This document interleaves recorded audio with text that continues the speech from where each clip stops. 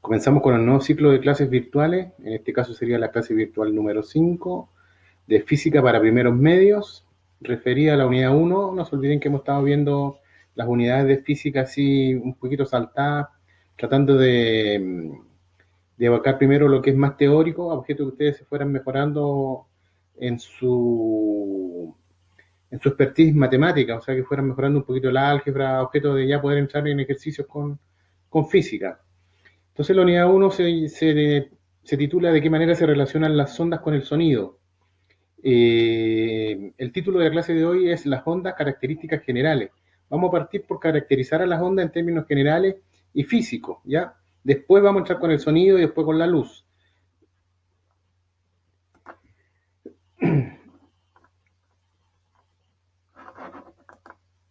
Ya, los aprendizajes esperados entonces serían comprender el concepto de onda, reconocer las características de las ondas y aplicar los conceptos en la resolución de problemas.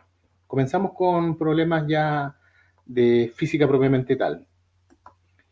Muy bien, la introducción sería entonces, miren, yo no sé si ustedes se han preguntado cómo escuchamos, cómo oímos, cómo la señal de la televisión o de radio llega a nuestra casa, cómo es posible que nos comuniquemos por celular, cómo las ballenas se comunican entre sí, ¿verdad? Se dice que a varios kilómetros de distancia ya son capaces de comunicarse.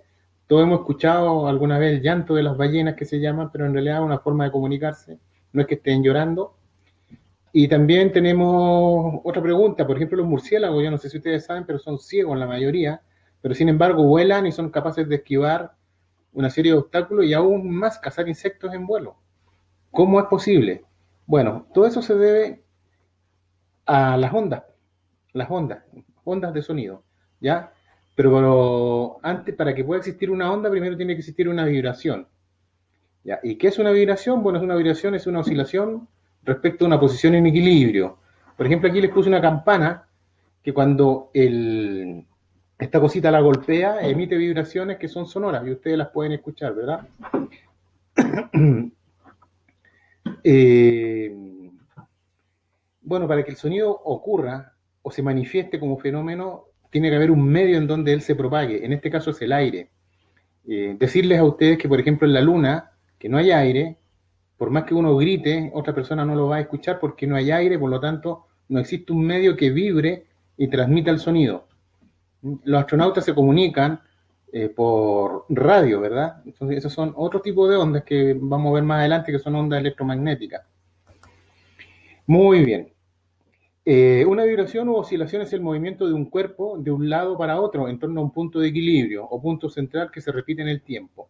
Muy bien, acá les puse un ejemplo de una regla que está firmada, ¿cierto?, sobre un objeto, en este caso parece ser como un mueble, que cuando ustedes tocan la punta que está en el aire, esta comienza a vibrar, a oscilar. Bien, ahí tenemos un claro ejemplo de vibraciones, ¿ya?, y oscilaciones. El punto de equilibrio sería la regla antes de que yo la empuje. Ese es el punto de equilibrio. Esto es importante que lo vayan viendo para poder ir entendiendo algunos conceptos que vamos a ver a continuación. Las ondas, como les decía, son vibraciones o oscilaciones que se desplazan o propagan en el medio y reciben el nombre de ondas o movimiento ondulatorio. Una onda es una perturbación que viaja por un medio, material o incluso en el vacío.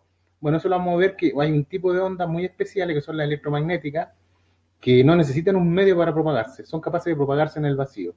Un fenómeno muy interesante. Entre esos, por ejemplo, tenemos la luz, ¿ya? Y se alejan del punto en donde se produjo el foco. En este caso les puse varios ejemplos. Ven aquí donde está la mano sería el foco. Acá igual. Ese es el foco, donde se produce o donde nace la oscilación o vibración, ¿ya? Destacar este último punto, por si acaso, que las ondas transportan energía, pero no materia, ¿ya? O sea, una onda es capaz de provocar daños, por ejemplo, las ondas que se producen en los terremotos, ¿verdad? Causan mucho daño porque las ondas transportan energía, pero sin embargo no transportan masa. Aquí tengo una serie de ejemplos de las ondas que nosotros encontramos habitualmente en la naturaleza. Por ejemplo, ¿cierto?, la superficie de agua donde cae una piedra, podemos ver cómo se propagan las ondas en torno a donde cayó la piedra. Acá en este monito podemos ver que el hombre está escuchando el sonido del relámpago. Hay un fenómeno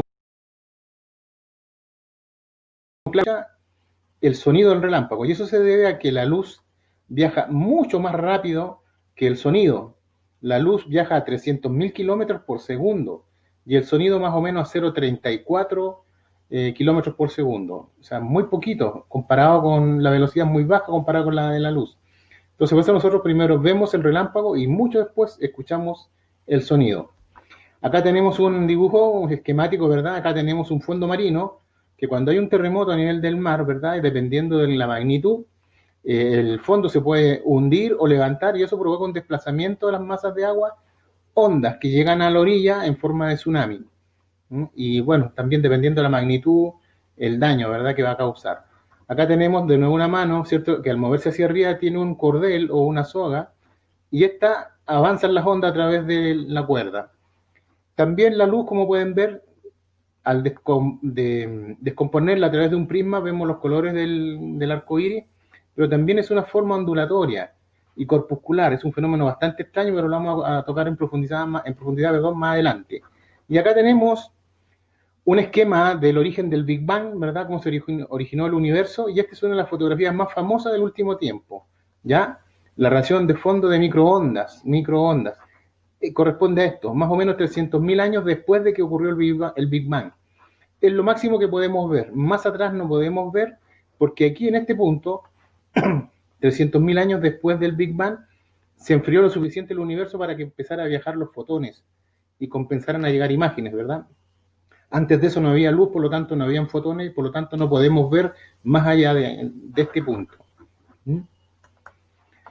Y acá tengo una serie de ejemplos, como una escala, ¿verdad?, con la radiación electromagnética, ¿ya? También son ondas que viajan y como vamos a ver, estas radiaciones pueden ser muy dañinas. Por ejemplo, las radiaciones que están por debajo de la luz visible, por ejemplo, la luz ultravioleta, los rayos X, los rayos gamma, que tienen una frecuencia muy pequeñita, son altamente energéticas y por lo tanto causan mucho daño. En el caso de la radiación ultravioleta, si nosotros nos exponemos muy seguido a ella, el efecto es acumulativo y nos puede causar cáncer de piel. ¿Y para qué decir de la radiación gamma? O sea, si ustedes se exponen, dependiendo del tiempo y la dosis, lo más probable es que desarrollen un cáncer. O sea, no hay caso con eso. Y esa radiación gamma se produce de la radiación del uranio, el plutonio, en realidad en plantas nucleares. Y para el otro lado, sobre el espectro luminoso, las longitudes de onda, digamos, luminosa, está el infrarrojo. No sé si ustedes han visto, pero a veces los kinesiólogos, cuando uno tiene una lesión, los ponen en una ampolleta roja. Bueno, eso es radiación infrarroja, que lo que hace es generar calor y nada más. Entonces nos ayuda a mejorar las lesiones, sobre todo cuando son inflamatorias. En el siglo XV, o sea, en el 1600, Leonardo da Vinci ya comprendía el concepto de onda. Miren lo que decía Leonardo da Vinci, uno de los personajes más famosos de la Edad Media, ¿verdad? Leonardo da Vinci, no se olviden ustedes que no solamente fue científico, fue zoólogo, naturalista, escultor, pintor, inventor, arquitecto, en fin, un gallo extraordinario. Comentarles también que él se cuenta que recién a los 20 años aprendió a leer, recién, y por lo tanto recién pudo dejar escrito las cosas que hacía. Él, todo lo que escribió lo hacía escribiendo en una forma muy rara, al revés, o sea, como si ustedes miraran un espejo, ¿ya? O sea, todo lo hacía distinto, extraño. Y además escribía o describía las cosas para que la gente que la leyera tuviera dificultad en desarrollar las cosas. Pero bueno, Leonardo da Vinci fue un genio. Y él decía en aquella entonces, a menudo sucede que la onda escapa del sitio de su creación, mientras que el agua no, como las ondas que se forman en un campo de trigo por efecto del viento, donde las vemos correr a través del campo, mientras las espigas permanecen en su lugar. Bien, aquí podemos ver que las ondas son capaces de moverse, pero sin embargo no desplazan agua, y tampoco las ondas que provocan el viento en las espigas de trigo son capaces de desplazar el trigo. Es un fenómeno similar, ¿ya? Es lo que se produce con las ondas. Elementos espaciales de una onda, y aquí entramos a caracterizar la onda propiamente tal. Aquí podemos ver una onda, ¿ven? Se propaga, ¿sí? Es un fenómeno ondulatorio, sigmoidal, o sinoidal, algunos le llaman también.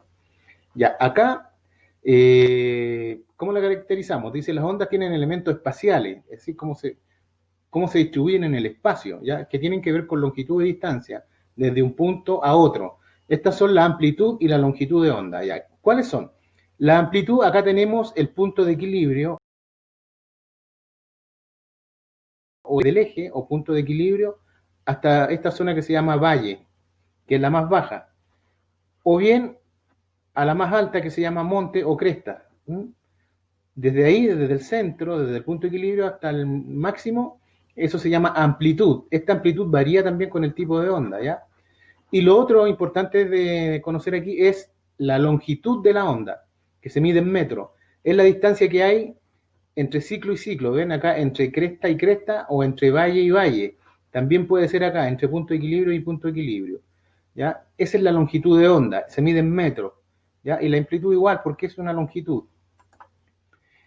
La amplitud. Dice la amplitud indica la cantidad de energía que hay en una onda. Un motor de un jet produce una onda sonora de amplitud sumamente grande. En cambio, una aguja que cae en el piso produce una onda sonora de amplitud muy pequeña. Ya, el sonido tiene mucho que ver con la amplitud. Es decir, cuando el ruido es muy fuerte, la onda tiene una gran amplitud, ¿ya? Y por eso suena fuerte. Acá vemos dos tipos de ondas. Si ustedes se fijan, la amplitud, que es desde aquí, desde el punto de equilibrio o el eje, hasta la cresta o monte, es más pequeña que esta. Es decir, si esto fuera sonido, este sonaría mucho más fuerte que este otro. ¿Sí? Ya, la amplitud se mide hallando la distancia del punto más alto o bajo de una onda hasta su línea central, la línea central o de equilibrio de la onda. Muy bien, ahí lo que les acabo de escribir. La longitud de onda, como les decía, es la distancia que hay entre ciclo y ciclo de la onda. Acá tenemos una longitud de onda que es mayor con respecto a esta. ¿Ven? Acá la tenemos entre valle y valle, la longitud de onda, ¿ya? Es importante señalar que la longitud de onda es inversamente proporcional a la frecuencia. Ya vamos a ver lo que es la frecuencia, ya que a mayor longitud de onda es menor la frecuencia y viceversa. Elementos temporales, es decir, que están asociados al tiempo, ¿ya? Los elementos temporales que caracterizan a la onda son el periodo y la frecuencia, y además la rapidez de propagación.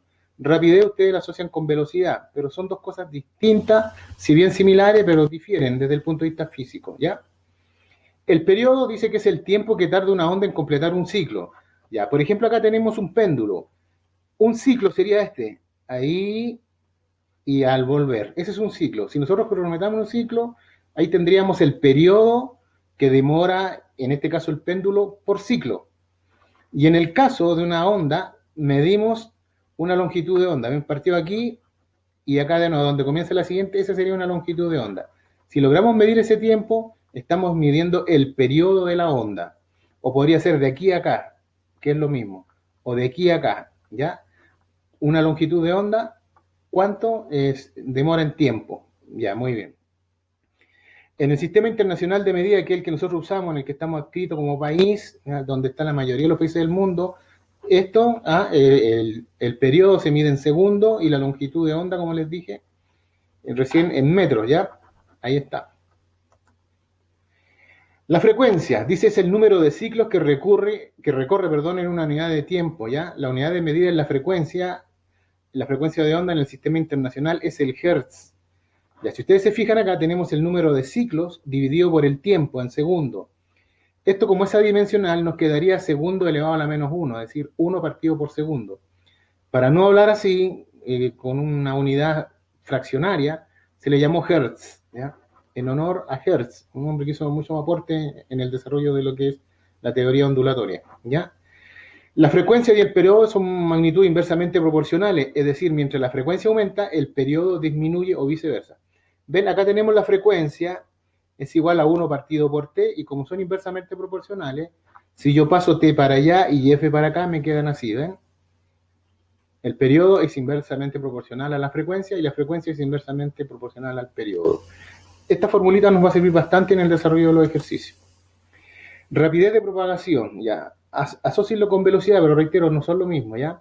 Está determinada por el medio natural en que viajan las ondas, es decir, cuanto más juntas se encuentren las partículas en un medio material, mayor será la velocidad de propagación. Entonces, esta es mayor en los sólidos. Obviamente, si ustedes golpean una mesa, se transmite rápidamente el sonido. En el agua, lo que hemos estado abajo en el agua, buceando, por ejemplo, si ustedes golpean dos piedras, duelen los oídos, porque viaja muy rápido la onda sonora. En cambio, afuera se demora más. ¿Mm?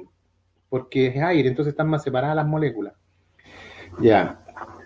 Acá tenemos la velocidad de propagación de una onda es igual a la longitud de onda partida por el periodo, o también la longitud de onda por la frecuencia.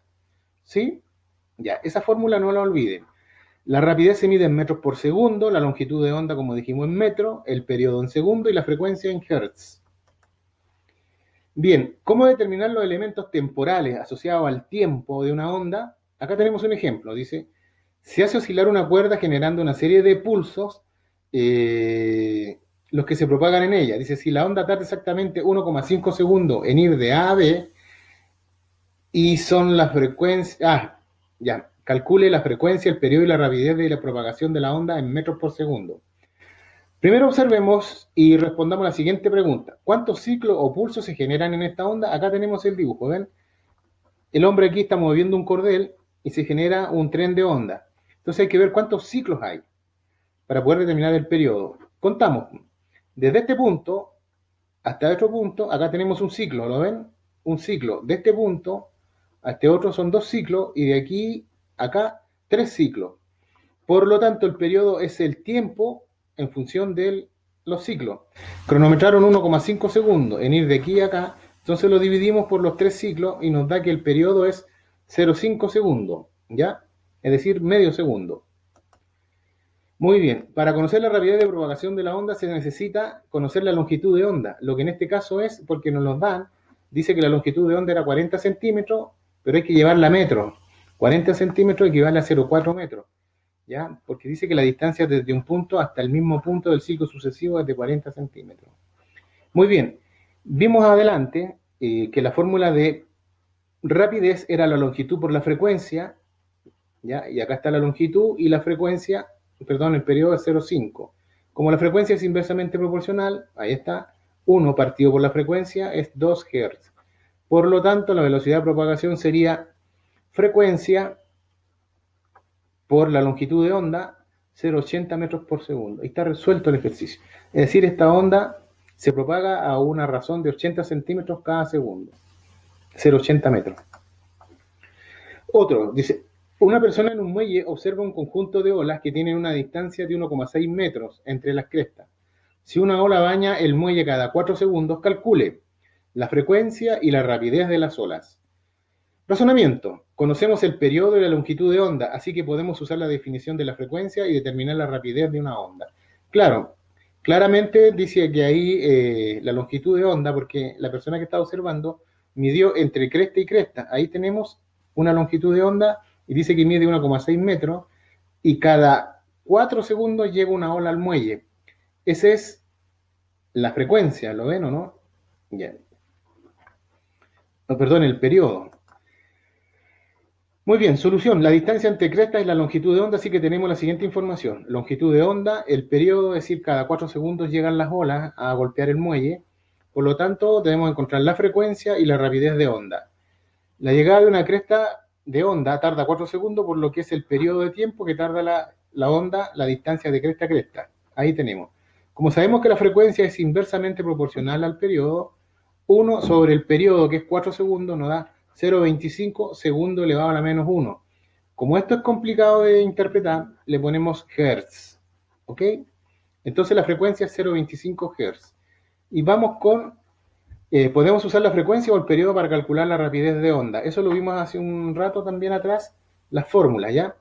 Si lo hacemos calculando por la frecuencia, tenemos la longitud de onda que es 1,6, la frecuencia es 0,25, por lo tanto nos da 0,40 metros por segundo. O bien, por la siguiente fórmula, longitud de onda sobre periodo, longitud de onda 1,6, periodo 4, nos da 0,40 metros por segundo. Con ambas fórmulas podemos llegar al mismo resultado. Y eso sería, este PowerPoint va acompañado de una guía como siempre, la que espero resuelvan. También espero que me llamen si tienen problemas con algún ejercicio. En general la gente que me llama saca 100%, aquellos que no me llaman no sacan 100%. La gente me llama consultando por ejercicio, yo lo ayudo a resolver.